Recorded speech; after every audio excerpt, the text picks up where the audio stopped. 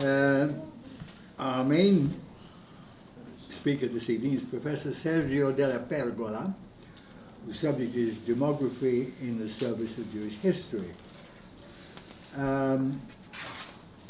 The way this is arranged tonight is not the usual one. We don't have a single speaker, because first of all I must introduce Dr. Neville Lamdan, who is a former Israel ambassador to the UN in Geneva and to the Vatican, and who is now chairman of the International Institute for Jewish Genealogy.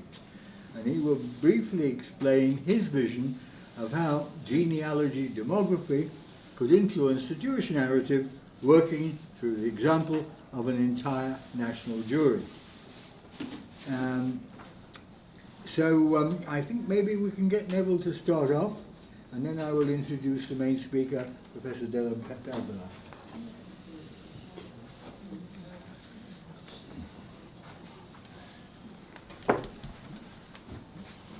Gary, thank you very much for the introduction. It really wasn't all that necessary because I'm only here to provide context.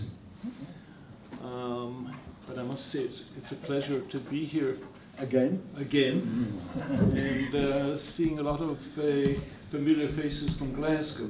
Oh.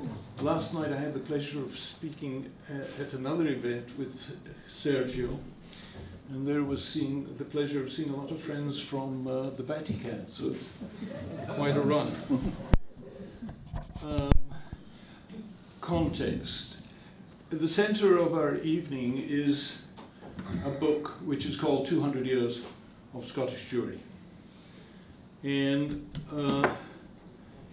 it is a book which was inspired by, or not inspired, is the result of a project that was conducted by an institute called the International Institute for Jewish Genealogy. And it was a mega project because we decided to investigate the whole of Scottish Jewry. And it took 7 years to complete. And we're very lucky because we have Professor Della Pergola on our board and the head of our academic committee.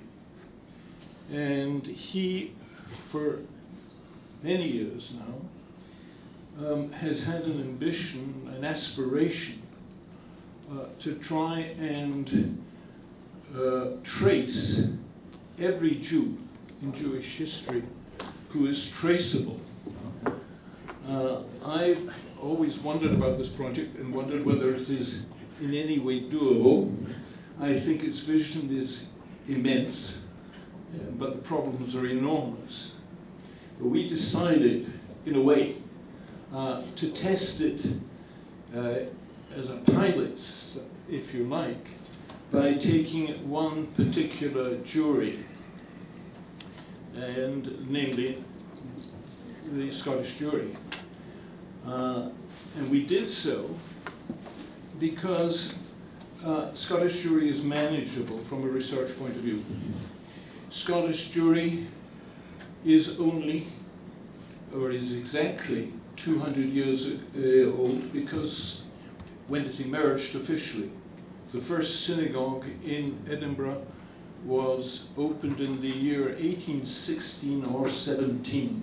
Bridged the year, we're not quite sure, between incorporation as a Hebrew congregation and opening the synagogue. But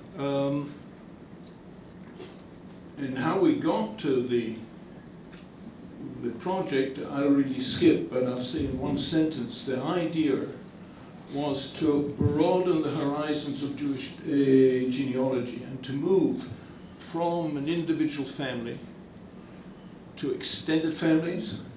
After we'd done that and shown that it could be done, we moved on to a whole segment of Jewish society, and we chose a group who are not normally talked about, but they are village Jews who used to live in the Pale of Settlement.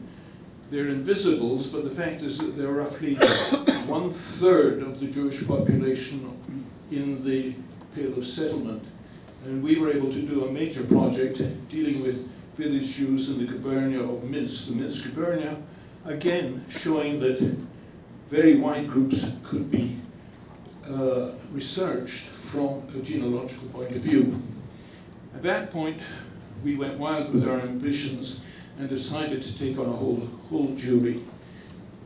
Not exactly self-standing, because there's no such thing as a self-standing jury, but at least one that was definable, both in terms of space and time. Space was Scotland, time was 200 years since its emergence. And that meant that we could deal with a manageable number of people, though we had no idea how many people were Scots Jews according to the definitions which we'd adopted. We thought that it was something around 50 to 60,000 on the basis of records that were already existent, which had traced 35,000 Scottish Jews.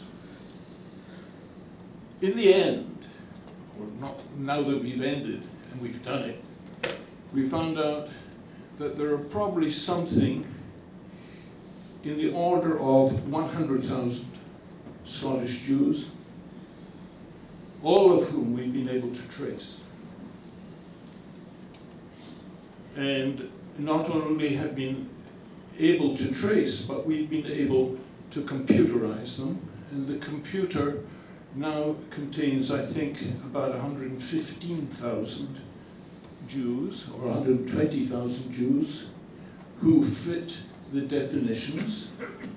But I must immediately say, a number of whom never set foot in Scotland, because as we researched births, and in particular marriages, and also deaths to an extent, we were able to pick up the parents of these Jews, and they were not necessarily born in Scotland, but from the point at which they had children or they had family living, who got married, for example, living permanently in Scotland, or at least for a definable and recognizable period of time, and were recorded in a public record, we think the number is something like 100,000. But as we progressed, oh, and if you ask me how did we do this, almost all of it online. Because if I say that Scottish Jewry began, let's focus on the year 1816, Scottish censuses are available and online from 1841. That is 25 years after the formal foundation of the community. In those 25 years, there were probably only a few hundred Jews in Scotland, most of whom were transient, but most of whom we've been able to trace by name from other records. But it then became apparent to us that we had all this data, but we clearly needed a demographic analysis. Because until we did that analysis, they were simply names and, if you like, numbers. And we were very lucky in being able to enjoy the services of Professor Gillian Rabb in Edinburgh, who's a retired professor of statistics. And she did the demographic cutting. And at that point, we were able to do all sorts of interesting things.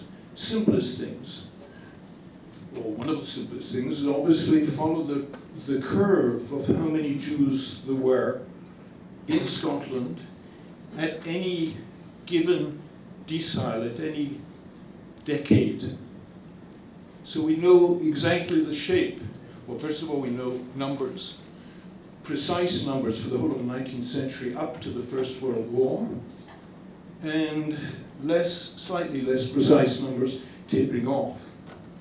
We got a very good picture of the numbers of Scottish Jews. We also got a very good picture of something we never knew about, and that's the transience of Scottish Jews throughout the 19th century. They came to Scotland and moved on elsewhere, generally to America. We could divide these numbers by cohorts, word I don't particularly like, but if you like, age groups by birth numbers, and a whole series of other cuts. Now at that point, and this is where I link immediately to the lecture that we're going to hear, we realized that this demographic picture gave us a new picture of the history of Scottish Jews. And it certainly wasn't quite what was the traditional or the given narrative for Scottish Jews. I'm not going to expand on that because otherwise I'll steal Kenneth's thunder, and I may also pull the rug underneath Sergio. So can I only reaffirm the notion which we discovered in this survey or in this research of demography in the service of Jewish history. Thank you very much.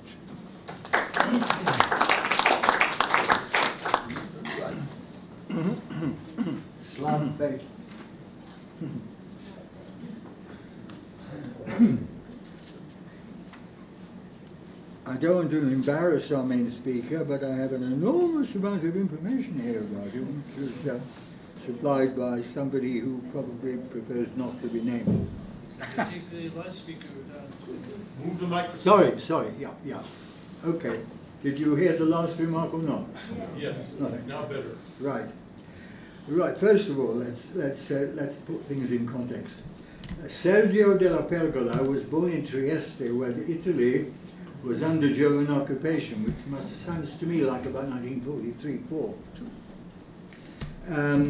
After the war, his family settled in Milano, where he was an active member of Jewish youth movements and student organizations.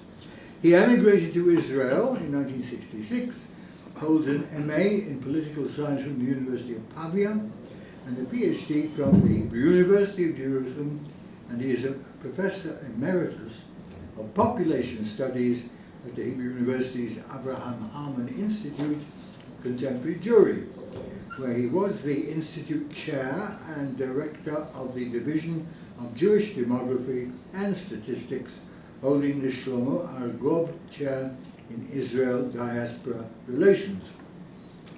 A specialist in the demography of world Jewry, Professor Della Pergola has published numerous books, over 200 papers on historical demography, the family, international migration, Jewish identification, and population projections in the diaspora and in Israel. He has written extensively about demography in Israel and Palestine, has lectured at over 70 universities and research centers in Western Europe, North America, and Latin America, and served as senior policy consultant to the President of Israel, the Government of Israel, Jerusalem Municipality, and many major national and international organizations.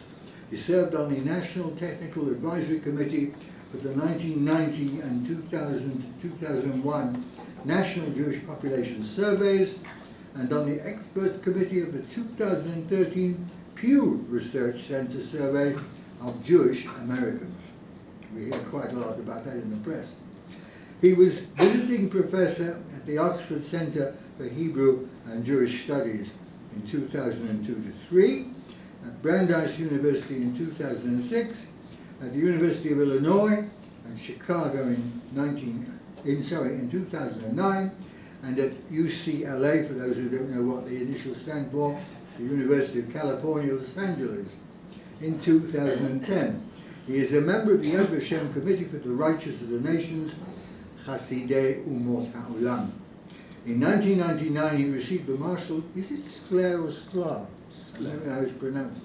The Marshall Sklar Award for Distinguished Achievement from the Association for the Social Scientific Study of Jewry, and his award presentation was entitled Thoughts of a Jewish Demographer in the Year 2000. In 2013, he was awarded the Michael Landau Prize for Migration and Demography. Ladies and gentlemen, Professor Della Pergola.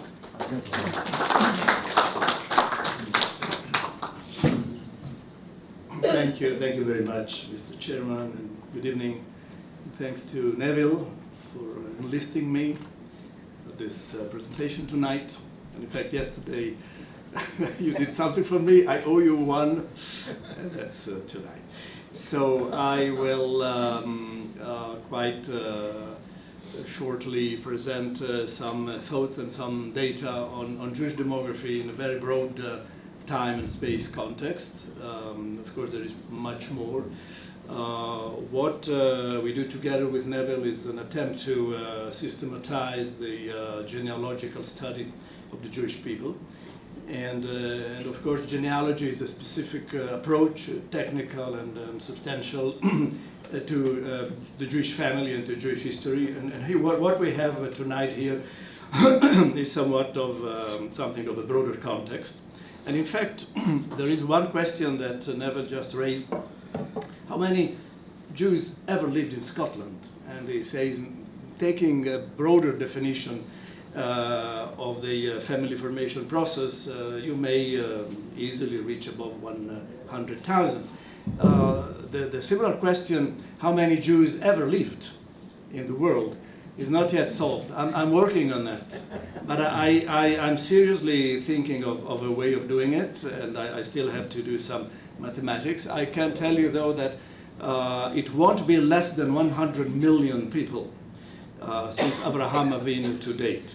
It might be, take it with a 20% error, but that's quite interesting how relatively small numbers, if you take each period separately, can then conglomerate into very big numbers. And this is also to the point of feasibility of having a full repertoire of all of the Jews who have lived. I would say definitely yes, because if I'm right that it can be in the range of the 100 million people, that's peanuts if you consider that the US Census, for example, manages 320 million people in one census, and so this is definitely feasible technically. But it's not yet ready, and so don't quote me for a moment. So I will take it a bit long term, and what I wish to do is to also draw some broader lessons from the numbers and from the graphs that you will see in a moment. The first thing is the question about the general trend of world Jewish population in the very long term. And here I did some very approximate attempt to show the picture between the year 2000 BC to the year 2000 of the current era. And of course, you have to take the numbers for the first 3 of these 4,000 years in a very general sense, with many caveats and many problems. But you can probably accept one thing, one notion, and it is the non-linear pattern of Jewish history. Jewish history is represented in the upper line of these two. The bottom line being the number of total inhabitants of Earth, of course with a different scale. The general population is represented on the bottom line in thousands of millions or billions, and the Jews are represented here in millions. But what is interesting is to compare the rhythm and basically the trend of development, and there are some similarities and also some very big dissimilarities. The similarity, the parallel thing is that numbers historically were much lower than they are at present. That is, the large growth of population worldwide is a recent phenomenon, and as we know, it covers the 19th and the 20th, and to somewhat lesser extent, the 21st century. And previously, the numbers were much smaller. But the question of variation and stability is represented here in this graph, where you see that the general population, again the lower line, is more or less moving in a slow way until it gets faster, and the Jewish population has very significant ups and downs. And these ups and downs are, especially in the first part, basically related to the history of the Holy Land, of Eretz Israel, and to the political developments of Jewish history and the major developments of the building of the first temple and its destruction, and of the building of the second temple and its destruction. That is, these are two phases, two stages in Jewish history, which point to, of course, moments of strong political power and strong ability to conglomerate strength, international relations, and maybe above all cultural history and religious history. And interestingly, these are also moments of demographic expansion, whereas on the contrary, when there is a crisis or a destruction, there is a very powerful decline also in the size of population. Do not take the numbers as very accurate. I would say that today, after I did this, in fact, several years ago, more recent scholarship has somewhat reduced the estimates of how much, how big could be the population in Eretz Israel, and I think some of the best estimates today would say probably less than 1 million at each point, whereas here the assumption is higher. So even if we lower those two big waves, still we have waves, and that's the message. There were ups and downs, and we know that very well from our sources. Then we have a very long period of what I would call the stable instability or unstable stability. That is, the numbers do not change very much in the long term, but in the shorter term we have several ups and downs, and these ups and downs reflect events like international migrations, often forced international migrations, such as expulsions or significant cases of increased death of the Jews because of persecutions, because of limitations. And so you see, if you look very carefully at the upper line, there are ups and downs.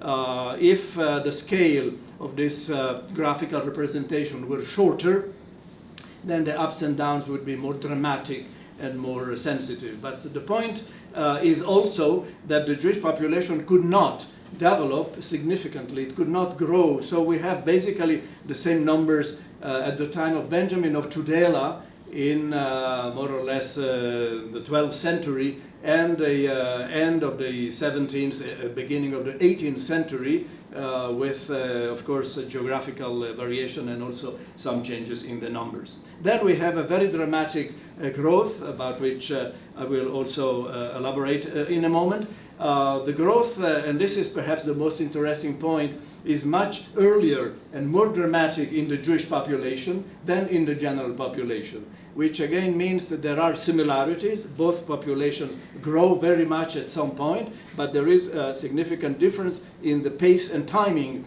of change, and this has to be explained, of course, probably referring both to cultural differences and religious differences between Jewish minorities and others, and also later social and economic differences between Jewish communities and the general population, at least in the areas where Jews were concentrated. You can also notice toward the end a very tragic and dramatic fall due to the Shoah, and then you have very shortly represented what has happened since World War II. This I will show in greater detail in a few minutes. What is certainly clear is that the Jewish people today has not recovered the size it had previously to the Shoah, and so there were basically 16 to 17 million in 1939, and today there are between 14 and 15 million Jews globally, including Israel, including communities in the diaspora. And for me, this is a message that Shoah is not over, if I can say that. Shoah is something that permanently stays with us, in a sense, at least from the perspective of historical demography. If we now wish to see the same in somewhat more accurate geographical resolution, we concentrate on the last millennium. And again, you can see that the total is changing in a way which we have seen already. But we have also the split by major areas of residence of the Jews, and the different colors indicate where most of the Jews, or a relative majority of the Jews, lived in each period. And one thing is clear: there has been a continuous moving and shifting of the center of gravity of Jewish population all across history. There have been 3 or 4 major centers of Jewish presence, which have been very significant, of course, not only from the point of view of the numbers, but also, maybe more significantly, from the point of view of the cultural creativity and the impact of Jewish culture in the longer term. So if we look at this data, again, the earlier, and again, don't ask me about the precise accuracy of the data, because this requires a very long lecture. Take the lecturer as a honest man who tries to convey the best that he understands with a critical sense. In the beginning, we have a Jewish population which still is mostly concentrated in the Middle East.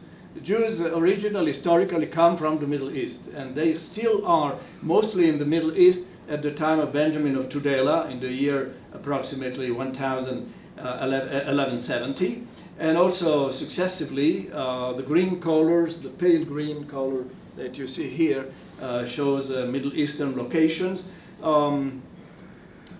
By the way, Tudela is quite a reliable source when you look at places he actually visited. You can compare the descriptions of those communities by Benjamin and more recent historiography, and you can see that more or less what he says is not only reasonable but quite accurate. On the other hand, there are places which Benjamin of Tudela never visited.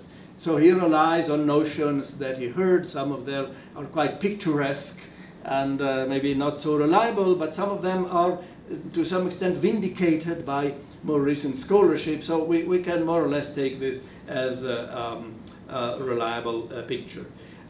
We see that what happens in the first period is a growth of the yellow area. The yellow area is Western Europe, and in fact the movement from the Middle East tended to go to the west and mostly to Western European locations. So the growth of the Jews in Spain, and then in Portugal, and the growth also to some extent of Jews in Italy, from there to France, and then to more northern locations. It's the continuation of an influx that comes mostly from the east. With the decline of the Middle East, economically, culturally, and politically, the West rises, and it becomes the main center. It might have become the real main center unless Spain and Portugal had expelled the Jews. And so you see that the bottom yellow area never becomes the majority, because the natural process is stopped by an artificial event, which is the expulsion from the Iberian Peninsula. And then soon later we see a new area, the red area, which is Eastern Europe. Eastern Europe is in fact a relatively recent acquisition in the geography of the Jews.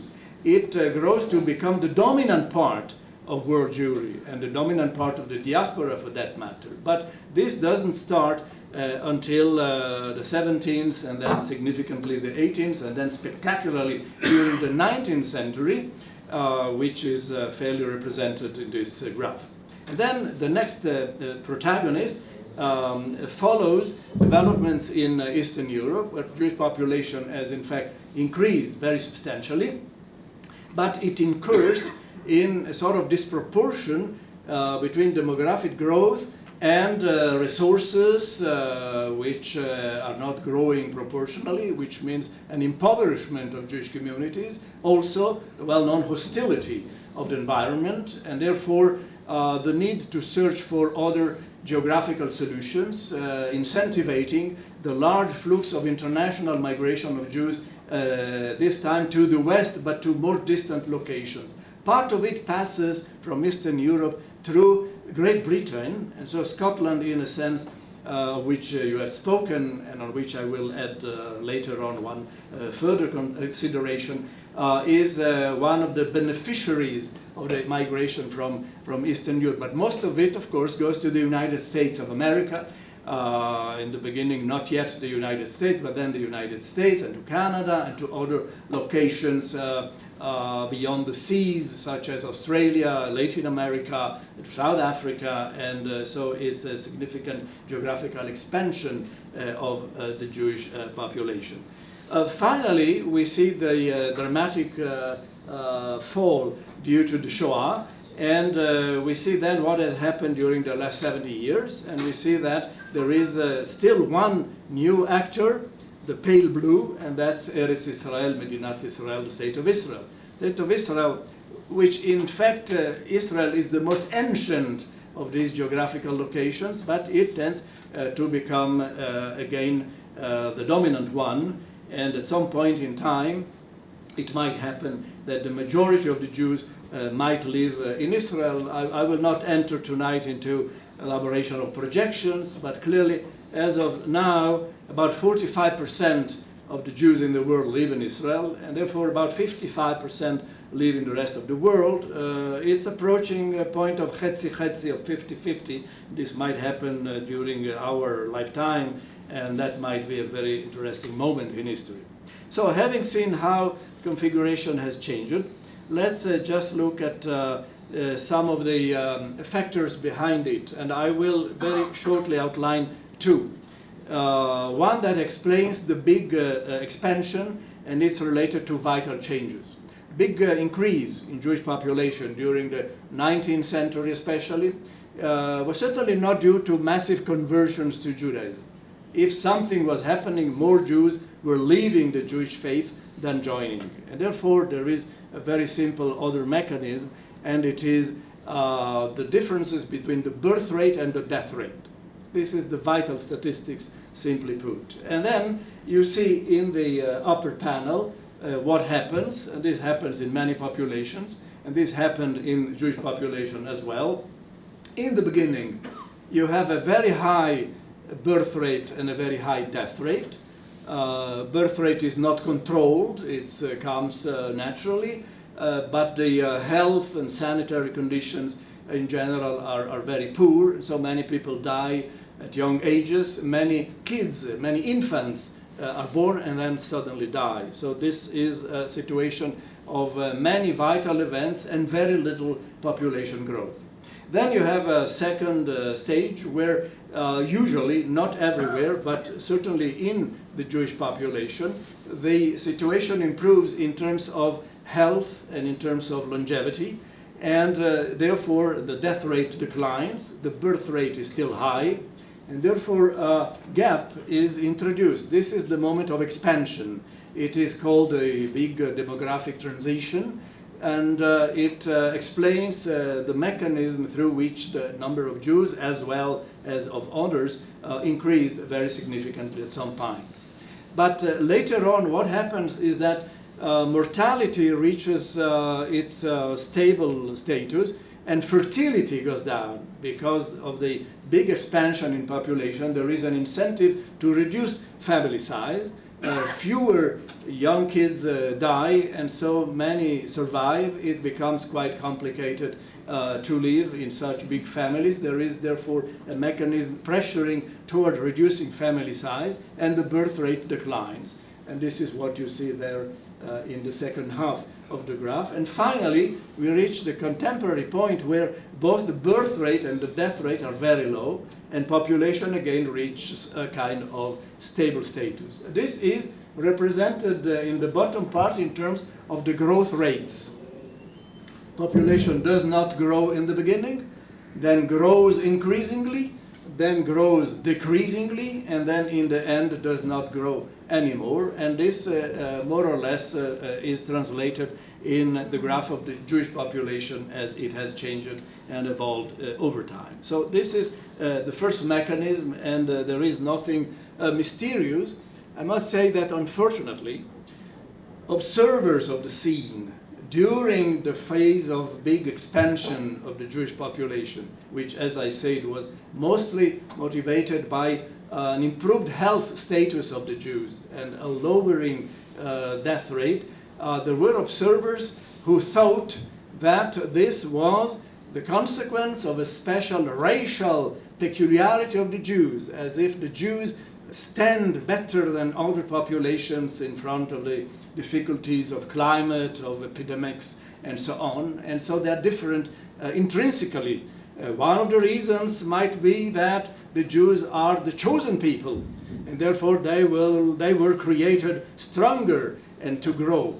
This is, believe it or not, reflected in the most serious medical literature of the mid-19th century by people who were the best professors in universities in Europe. And maybe their intention was not anti-Semitic, but it certainly helped to boost the racial myth and anti-Semitism, whose later consequences were so tragic and so different from the expansion model that they were seeing. What they did not understand was the social and cultural background of these phenomena, rather than kind of the genetic and racial factors behind it. I will then look at one factor, since I've mentioned the paradoxical and perverse consequences of having misrepresented natural demographic processes and building something which, by the way, was construed as very dangerous, because if the Jews continue to reproduce and they continue to grow, at some point they will be so many, they will be the majority, they will overwhelm us. So we must stop this scandal. Unfortunately, this actually happened. And the theory from medical became political, and then it became operational, and the final solution is in front of us.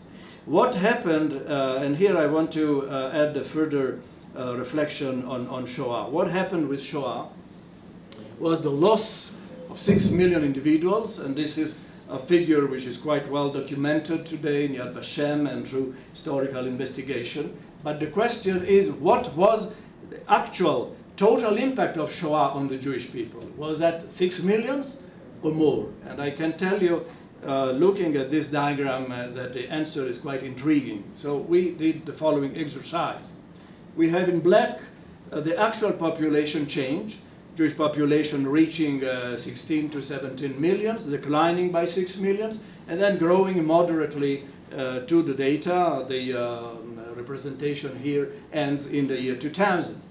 But if we add the 6 millions, then we have the blue line, and so that would be theoretically the Jewish people without Shoah, netto, and so instead of having 14 to 15, then we might have around 20, and that would be the Jewish people of today. But this is not accurate, because what happened during Shoah was not only the physical effect of tragic death, it was also the disruption of family life. It was those who could not marry, those who could not have children, therefore the non-reproduction of the Jewish people. And then if you factor it, the second generation and maybe the third generation of the children and grandchildren of those who were never born, because the situation did prevent that from happening. And so we have built a number of models which, under very conservative assumptions, recreate what might have been if there had been no Shoah. And here we have two models, the red model and the green model. Both, I repeat, are very conservative in assumptions. They do not presume any baby boom. They presume low fertility. They presume also some amount of intermarriage and so on. And the interesting, quite amazing notion is that the Jewish people without Shoah might have reached between 25 and 32 million people, and not 14 to 15 million as we have now. So if you wish to tell to your children and grandchildren what were our losses, it was not 6 million, it was 2 or 3 times as many, factoring in the virtual losses of those who never existed because of the conditions, very tragic, that were created at that time. And I think this is maybe not perfectly accurate mathematically, but it certainly is a message that we should keep in mind.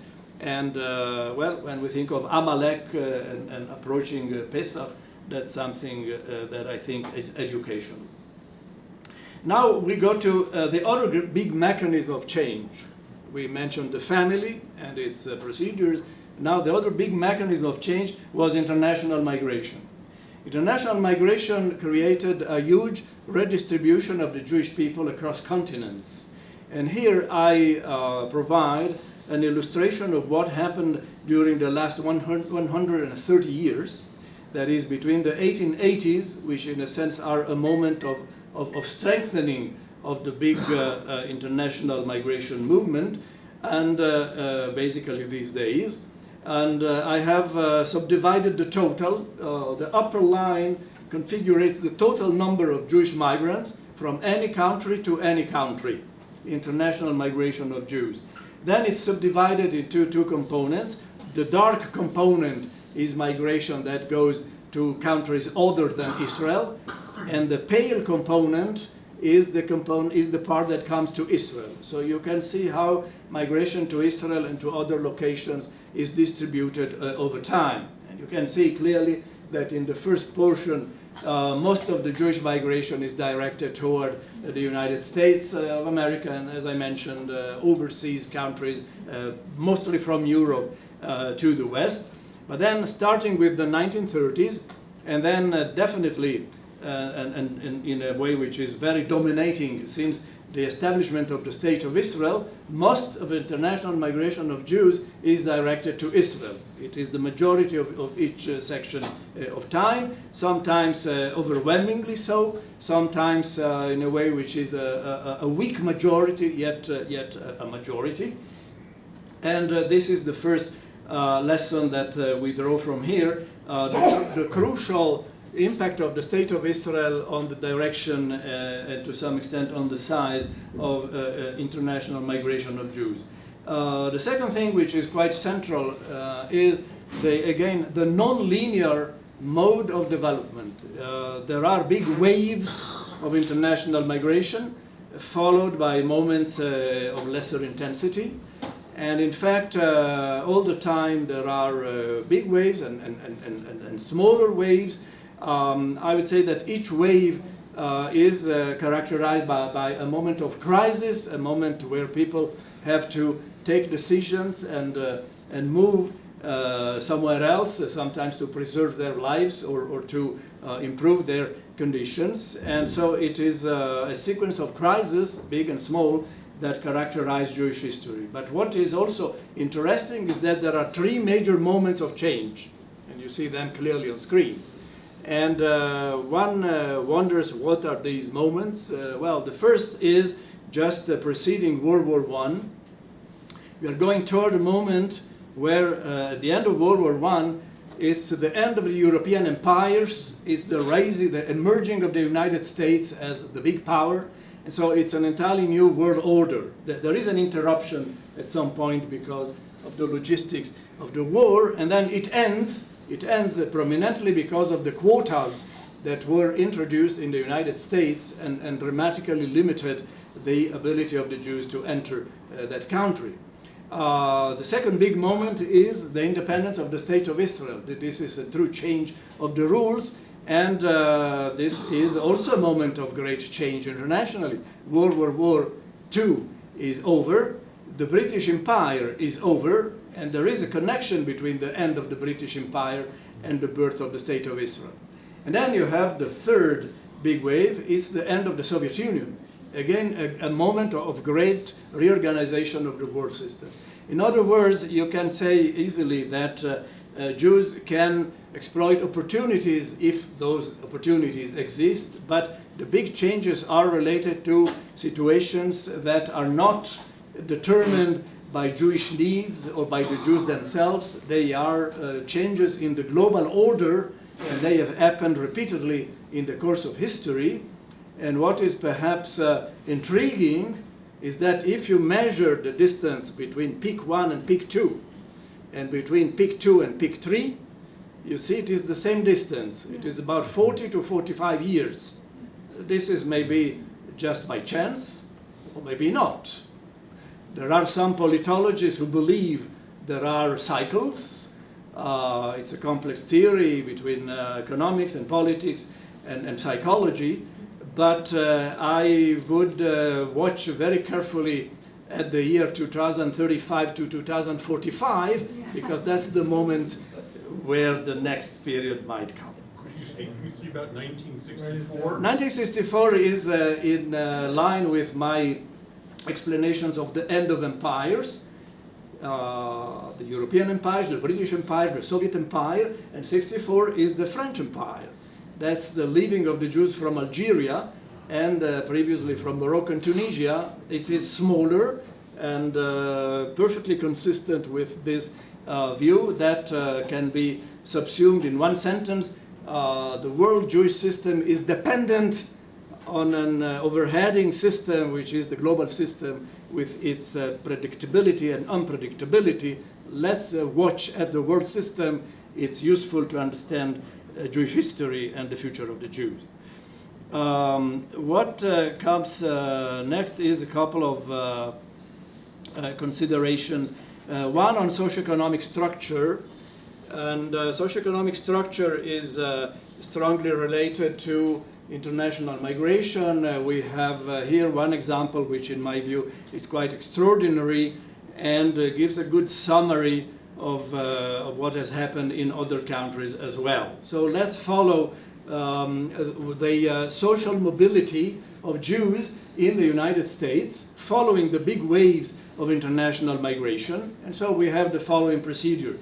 We, in the beginning, have the Jews in Russia toward the end of the 19th century. We have census, we have very accurate data on occupations, and we learn that from bottom up, about 60% are blue collar, that is workers, many of them are skilled, very many are unskilled, and usually poor people. Then you have about 1/3, 35% are traders, shopkeepers, and similar, and about 5% are the educated elites, urban, including the academics, including the managers, and so on. This is the social structure in the beginning. Now you look at the second column, and you look, who were the migrants? Did the migrants reflect the actual composition of the Jews in Russia or not? And the answer is not quite, because among the migrants, only 1% were the white collars, and not 5% as it might have been done. Only 9% were traders instead of 35%, and 90% were poor tailors and carpenters and workers in industry and in the crafts. That is a very down-oriented downward mobility selection of the migrants vis-a-vis those who had remained in Russia. The American Jews initially were very poor, very popular, and very much relying on their own hands.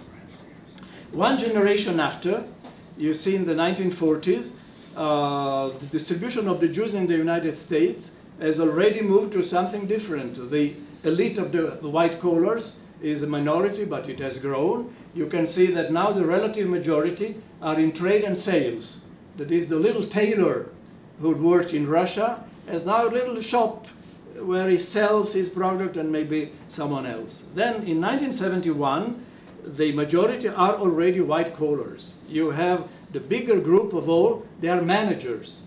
In my own narrative, and by the way, the blue collars, the workers have diminished very much. Also the traders and shopkeepers have diminished very much, but this is also a matter of scale. The tailor had a shop which became a supermarket and then a chain of supermarkets, and he's now the general manager. It's exactly doing the same thing, selling buttons or jackets, but at a different level of the scale. So there is, in a sense, a continuity, and of course the social status is different. But finally, from the 1990s and then onwards, we have data for 2013, the bigger group relatively is the academics and liberal professions. No more the tailor and his son and grandson, something else. Now this is an advocate, a physician, or a professor, and there has been a rupture between the generational continuity. I think the process is quite extraordinary. I don't think of any other group that in 3-4 generations passed from absolute poverty and manual work to being among the elites of the professionals and the academics like the Jews did. Although this also includes a problem vis-a-vis their Jewish identity. I will mention a little bit in my final comments. The next thing is also interesting because it points to the urban geography of the Jews.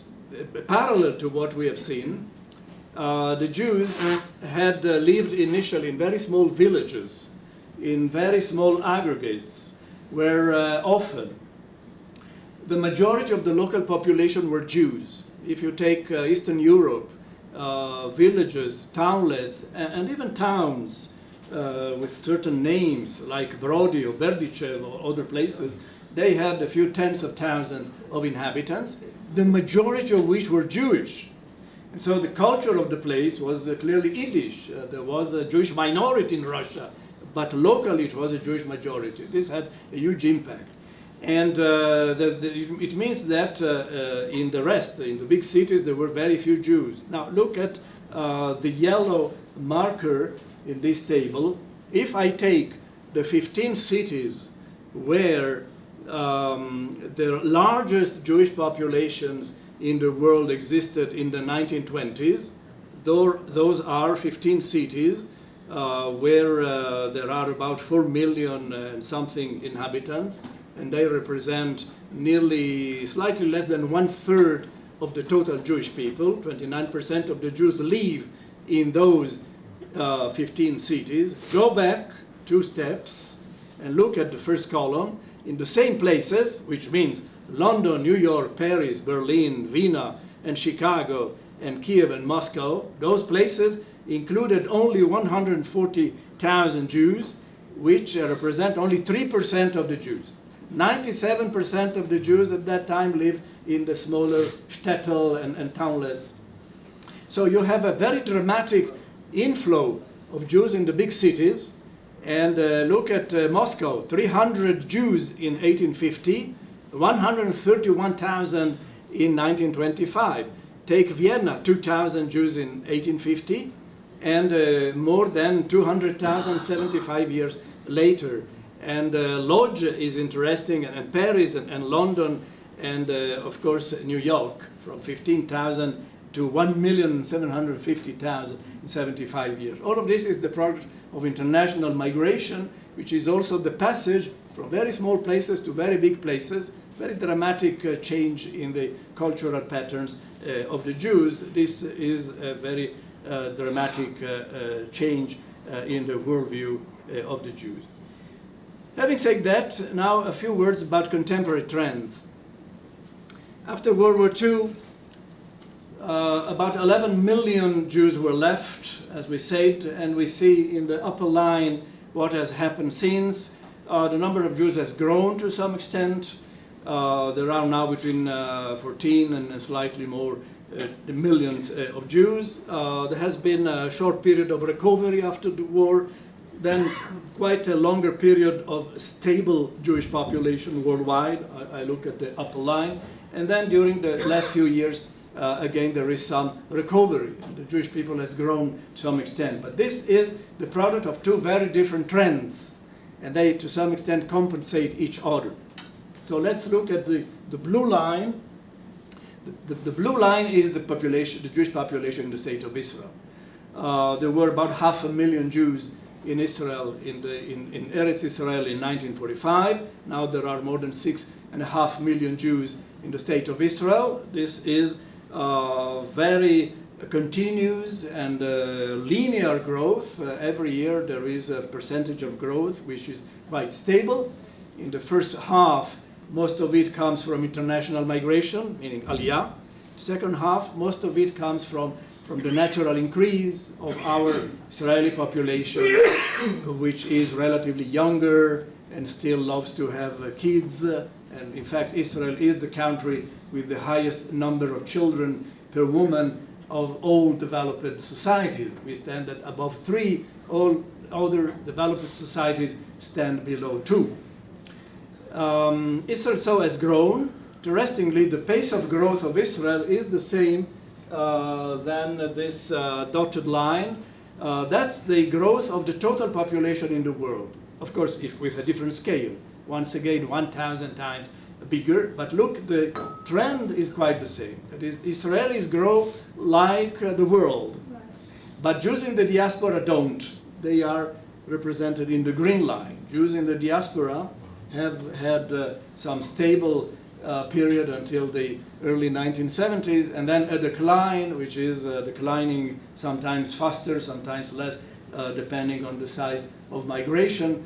The point of inflection there in the 1990s reflects the big migration from the Soviet Union at that time. And so the total population of world Jewry growth quite lesser than the total population in the world, and this is demonstrated by the red line that you see.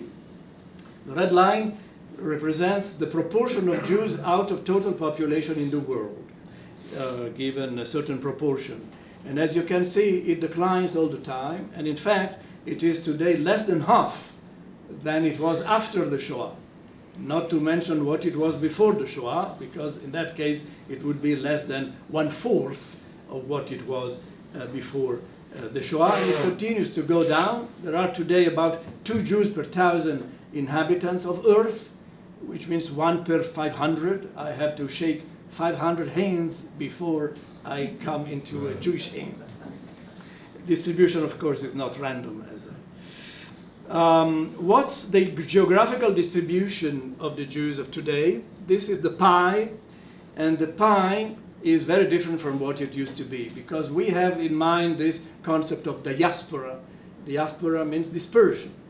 And this is a dispersed population, but also a highly concentrated Jewish population. You can see that of the total, there are 2 major centers. One is the State of Israel, which about 10 to 15 years ago became the largest concentration of Jews in the contemporary world, followed now at some distance by the United States, which used to be the dominant place, and now are good second, and the distance between Israel and the US is growing, and certainly is creating a bipolar situation with the rest of the world now confined to something in between 15 and 20% of the rest of world Jewry, whereas in the past that was world Jewry. Eastern Europe, Islamic countries, and to a lesser extent Western Europe.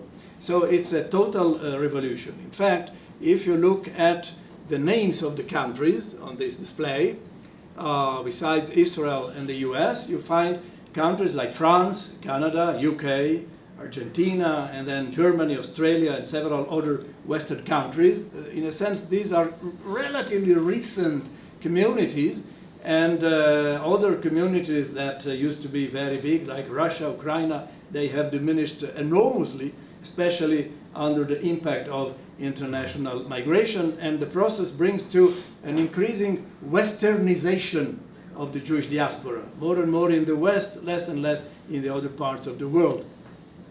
Does this make sense in a kind of more analytical perspective?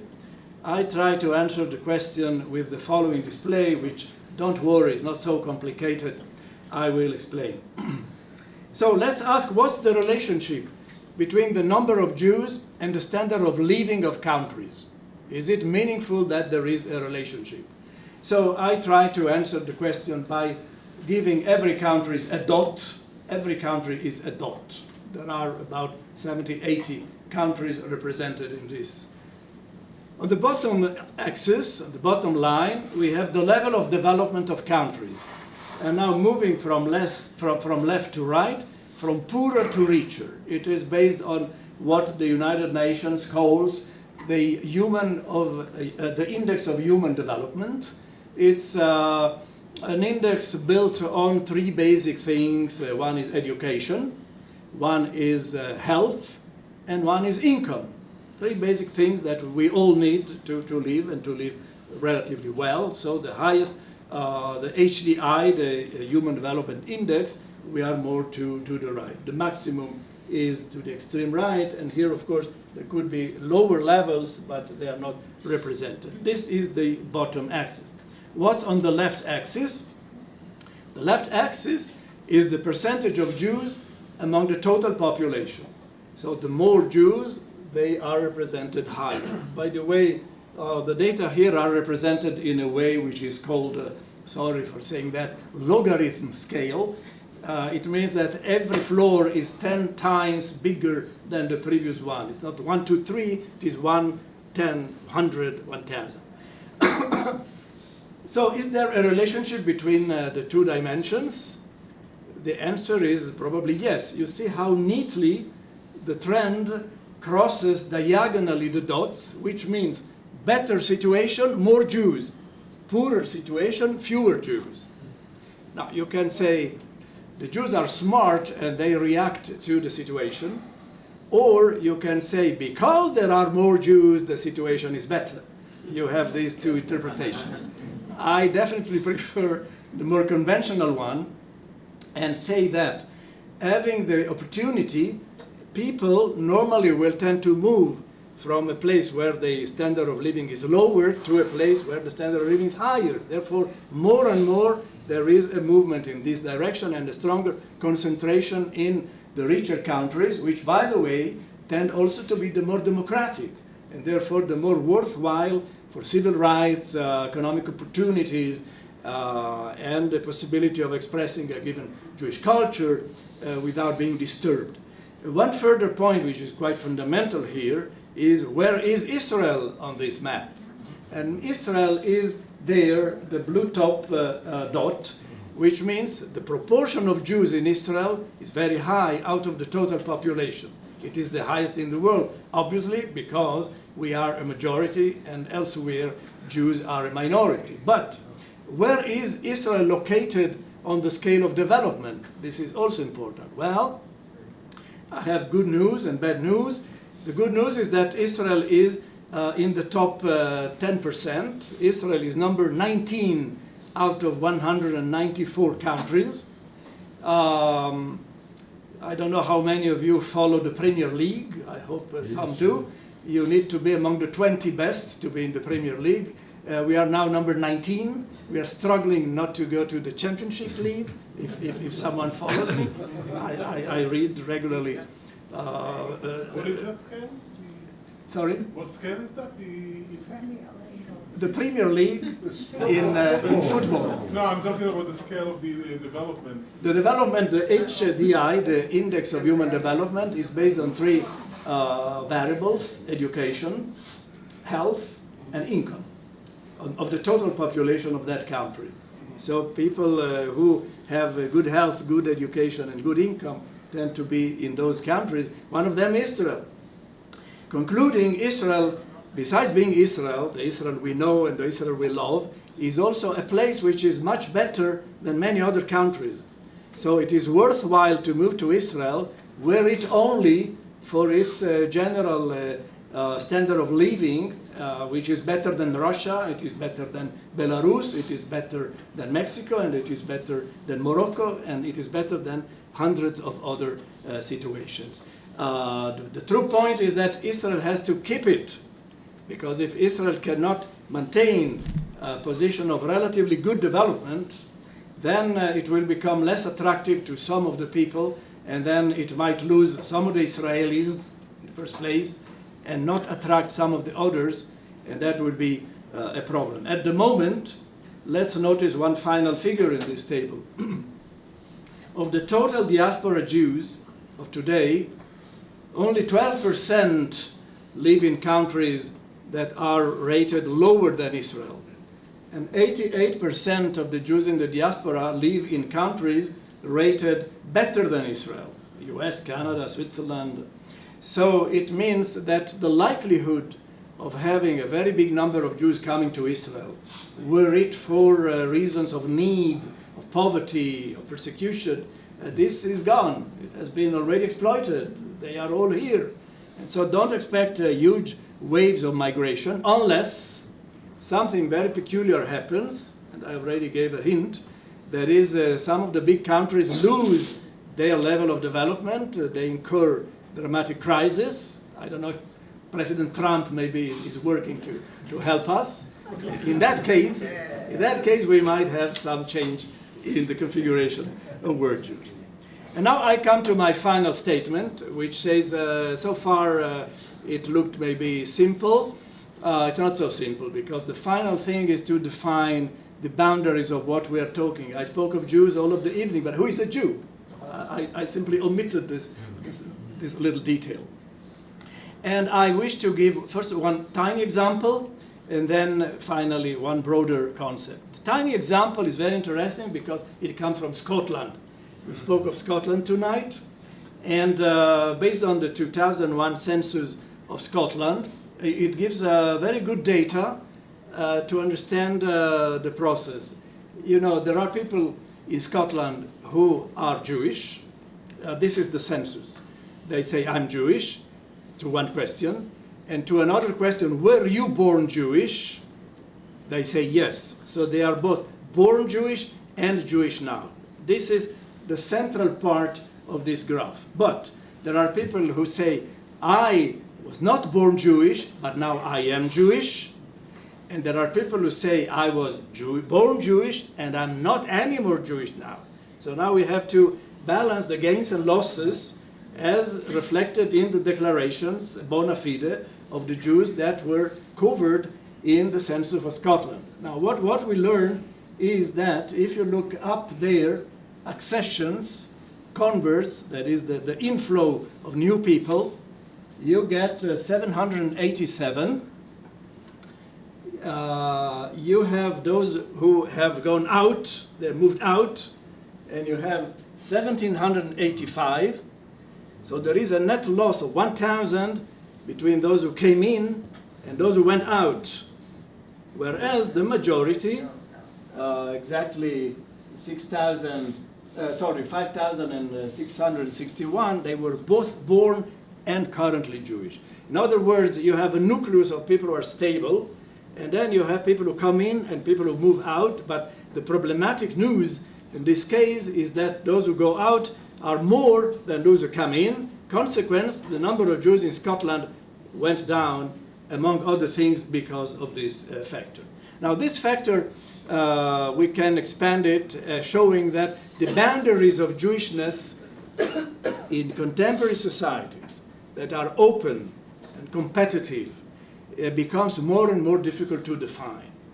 And more often, it becomes a matter of subjective choices rather than of legal, objective, tough definitions, as was the case in the past. And this is my last slide, showing really the predicament of how to define Jewish populations, both for the purpose of surveys, but also for the purpose of discourse. You can see that there are several concentric circles. At the center, you find a definition, this is very simple and very basic. I'm Jewish. Judaism is my religion, no matter whether I am very practicing or not, but I consider Judaism a religion. It's my religion. I identify with that. This is my basic identity. And this is the central nucleus of contemporary Jewish populations. There is a second circle, this one, which says I am Jewish and I'm only Jewish. I'm not so much interested in the religion. Religion is not relevant, but I am Jewish from a national point of view, from a cultural point of view, and for many other points of view.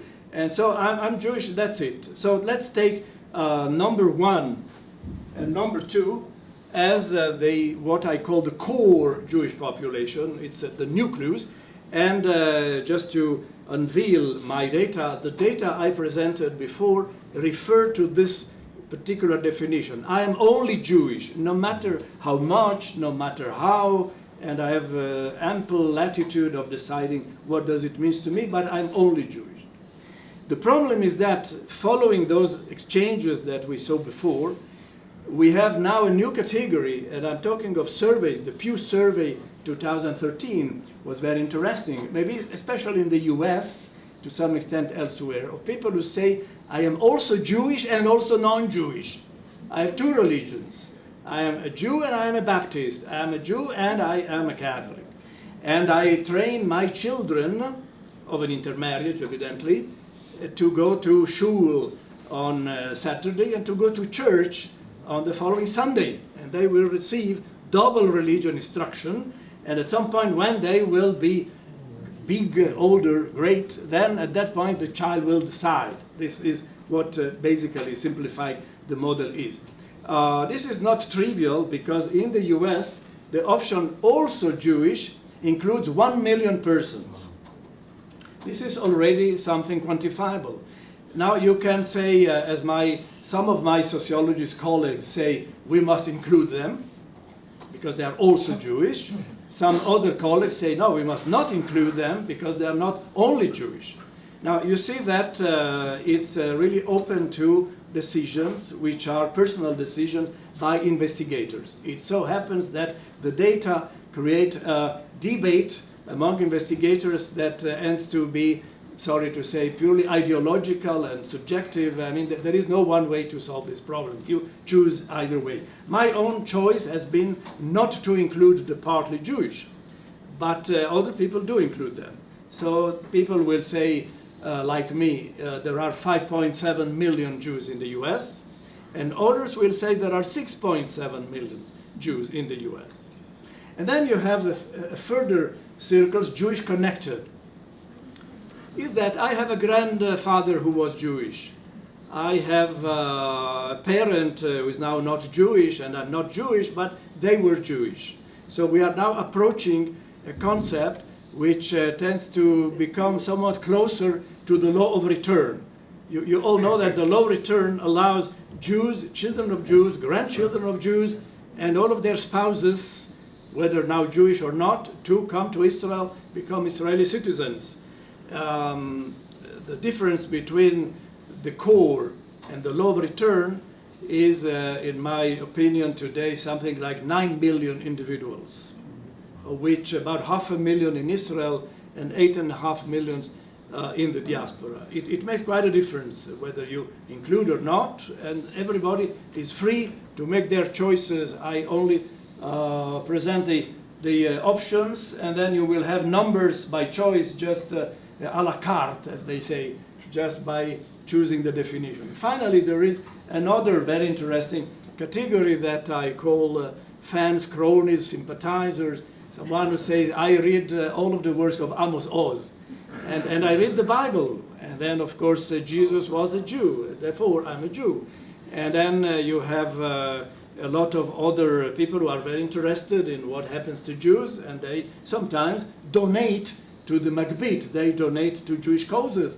They do participate in tefillot, in prayers in a synagogue, because some of their friends brought to that kind of occasion, and so they are somewhat connected. Then the numbers can expand, and this is to say how the concept of Jews, with which we have began tonight as something very rigid and very clearly defined, and with very few options of change, has now become more and more subjective. Some of the trends I've tried to outline are very clear and tend to continue over time. Some of the others are very subject to changes in the global picture.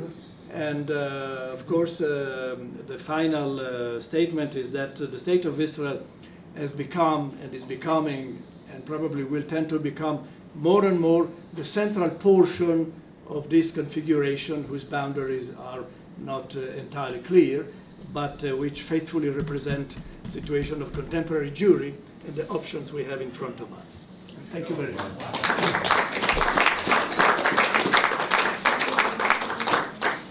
Can I take this one out and put... Yeah.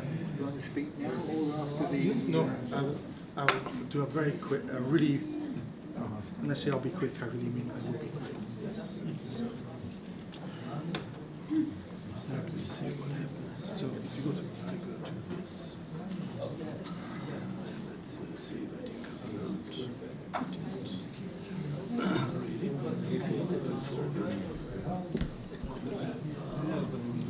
This is you. While the technical matters are being dealt with, I will try to speak without using the microphone. Question of donating, Jews, non-Jews donating to Israel Jewish charity. Remind me of a famous story of the Jewish agency in London receiving a substantial donation from a colonel, non-Jewish colonel in Cheltenham. who enclosed a letter saying that he would not be happy until all the Jews in Britain had gone to Palestine.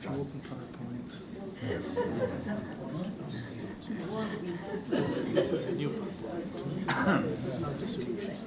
You must find in your diskette, your file. This is your diskette. And you see the Holocaust. Bioethics. I don't see any PowerPoint. What's the title of your presentation? It should be 200 years. Unless you want to just put a... I think you brought the wrong diskette. No. I checked before I left. That's the right one. Okay, let's not waste time. Sorry, but it's not. It's not fine. Okay, I had prepared a little PowerPoint. It doesn't seem to be showing up on this this list. Let me just say very quickly one or two things about... Quiet, please. Yes, not in shul now.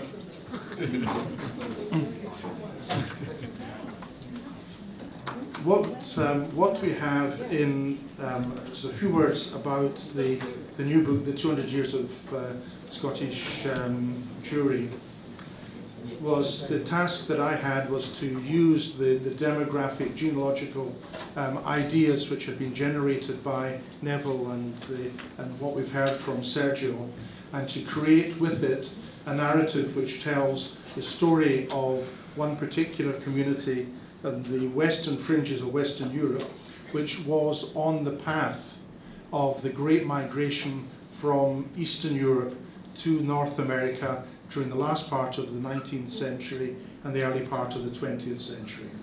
And a number of very interesting features appeared which enabled us to take another look at the way the story is told.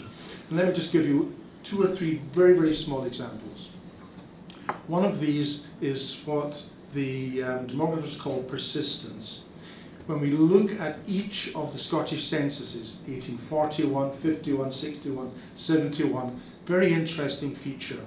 Now, we had always thought that because there were 1,000 Jews, we reckoned, in Scotland in 1881 and 2,091 and about 8,000 in 1901, that immigration was progressing. There were people who just passed through quickly and went off to the States, but there were others who stayed, and that was building up the population. But it wasn't actually what was happening, because the study has shown quite clearly that if you compare the names of those who were in Scotland in 1881, only about a third of them were still there in 1901, even though the population, Jewish population, had increased fourfold. So what we're talking about is an even larger migration than we had thought, but that places like Glasgow on the western end, if you like, of Europe wasn't a final part of migration, but was part of the feeder system of people who were going on to North America. One of the other things which came out was two-stage migration. There were people who just had booked their tickets, left Eastern Europe, may have stopped in a number of different places. They may have stopped in Hamburg, they may have travelled on to a port in the east of England, train across the UK, and gone to places like Liverpool or Glasgow to sail onwards. These you would call one-stage transmigrants. They had booked tickets the whole way and they went off to America. And then we found this category, the people who didn't stay on, the two-stage migrants. And they were the ones who might have spent a few months, a year or two. And one of the things which we had encountered was people who had big families, children born in different places. You could see one child is born in Russia, one child is born in Hamburg, another one born in Manchester, and then in Glasgow. You can see the pattern of migration. People were very much on the move. And one additional feature of the Scottish records was that, unlike in England and Wales, in the Scottish records for births, they mention the place of the parents' marriage. Now, normally if people have lived all their lives and their parents have lived all their lives in Scotland or England or Wales or whatever, it doesn't really matter very much. But if you go to the 1880s, 1890s and 1900s, this is a very, very important feature, because you can then plot a graph of where the parents were married. And this is an arc which stretches roughly from Latvia, Lithuania, across northern Poland, and ends probably at the eastern end of Germany. There are a few outliers here and there, but it gives you a very, very clear picture of where the population comes from. Sergio mentioned occupation, and I want just to mention two particular occupations which were very peculiar to the Jews in Scotland. There was a very senior manager in one of the Scottish tobacco companies. Now remember, Scotland had a very big trade with the southern United States, and particularly it didn't, more or less ended with the Civil War, but some of it carried on. The tobacco trade had built up to a very considerable extent. There was a Scottish manager called Jacob Cramrish who was in Glasgow in the 1880s and 90s, and he actually recruited tobacco workers from a Jewish-owned factory in Warsaw. And suddenly, in 1901, we see that over 10% of those Jews who were working in Glasgow are in the tobacco trade. It disappears by the 1911 census. In Edinburgh, there's a very similar feature. Somebody in the Caledonian Rubber Company went to Manchester and brought a large number of people to work in waterproofing. Now, waterproofing was one of the most unpleasant occupations that you could choose to be in.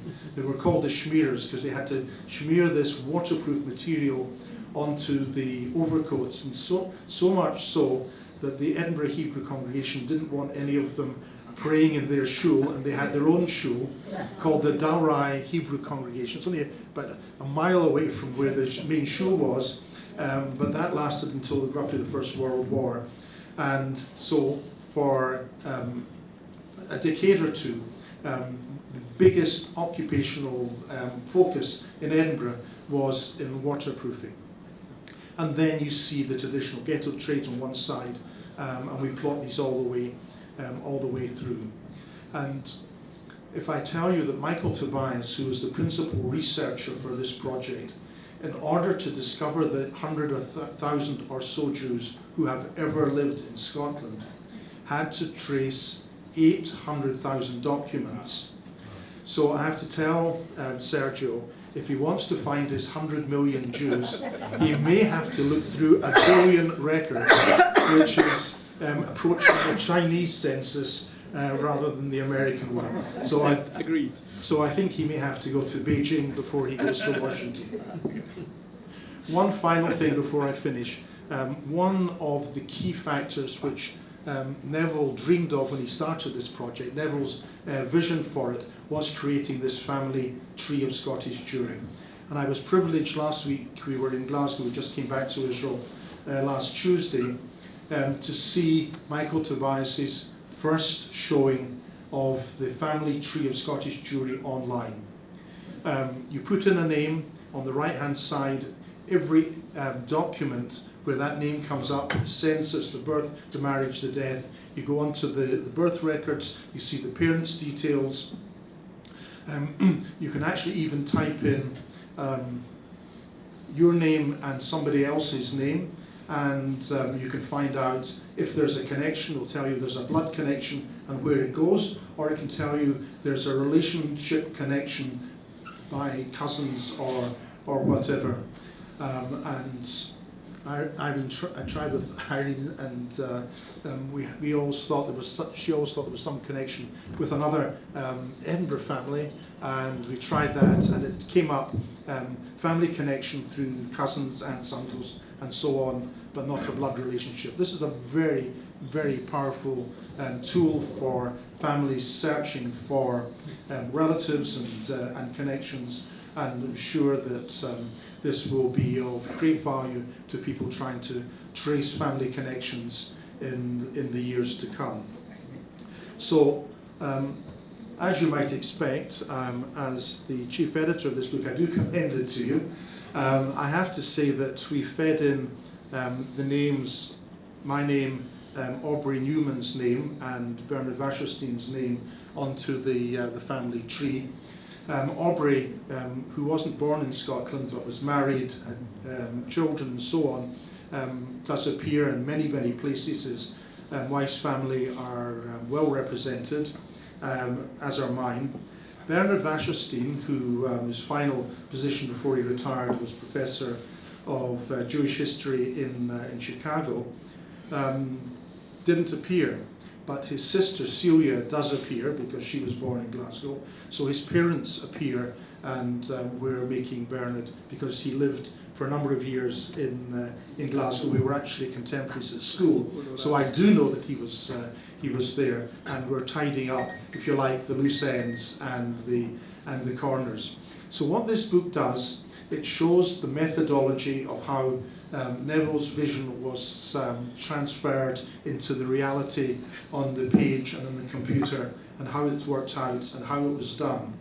And there are a number of essays, some of which take this story on one which looks at 5 generations of one particular family, the Hoppenstein family, one which looks at the history of early Zionism in Scotland, one which compares the women in Garnet Hill, the more assimilated West End of Glasgow, to the ones in the Gorbals. I look at art and culture, and I give a full exposure to the fateful relationship between Muriel Spark, who should appear on the Jewish Connection but disowned it towards the end of her life, and her very Jewish son, Robin Spark Halevi, who was obviously Jewish because of can't be a Levi if your mother wasn't Jewish.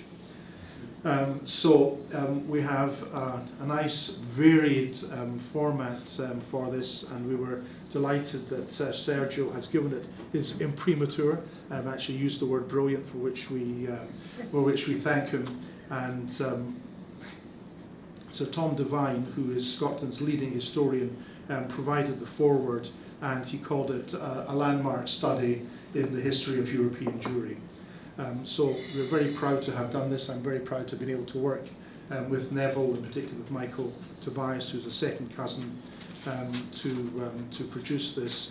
And we hope it will perhaps first inspire Sergio to get all the Italians together, and once he's done that, he can get every Jew in the world together, and I hope that he completes it before 2045, because otherwise some of us might not be around to see it.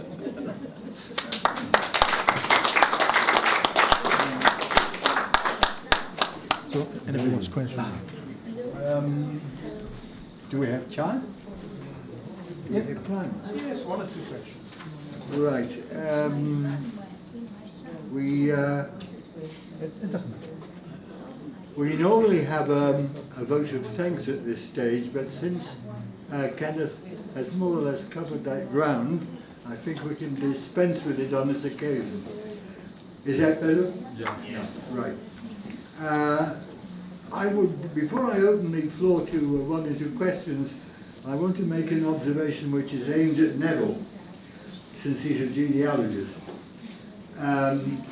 My brother, who is Vivian, who's the retired Rav of Hove, was persuaded by his son, who lives in Modi'in, to answer a survey, or rather to provide the stuff that they do to determine what's in your mouth and your DNA to some organization to determine what our family origin was. And the interesting thing was, the result came back 96.7% Ashkenazi. The remaining 3% was divided between North African and Nigerian. I've been trying to figure out whether the Nigerians were Igbos or somebody else. Okay. Right. Any questions? Gentlemen over there. Talking about DNA, on such a comprehensive Scottish population study, how has that been matched up with DNA testing? Ah, Yes, I think one more for Neville. I have really If you'll allow me, we didn't do any DNA testing. Pure and simple. There are a lot of questions about the value of DNA testing. They lead to questions like the one that Gabby's just asked. If indeed, Gabby, you had been investigated in greater depth, you'll probably find that you've got 1 to 2% Neanderthal DNA. And that is because we all have DNA. And indeed, Westerners have 1 to 2%. As far as we can see, people in Southeast Asia have up to 4%. And only recently, Neanderthal type people have been found in Eastern China. What's that got to do with Scottish Jews? Nothing. But we couldn't do the DNA of all the Jews that we found. We would have to invite them to do it. And the value of the results from our point of view, trying to cover the demography and the genealogy, would have been very, very low, if at all. thank you very much. Right, just to conclude, I normally make this announcement, which is that if anybody here is not on our mailing list, I don't know how many people here came to this meeting because they saw something in the Jerusalem Post or by word of mouth. Most people, I suspect, get a notification from our publicity officer. But if there's somebody who hasn't registered, they can do so with pleasure. I'll pass on the information.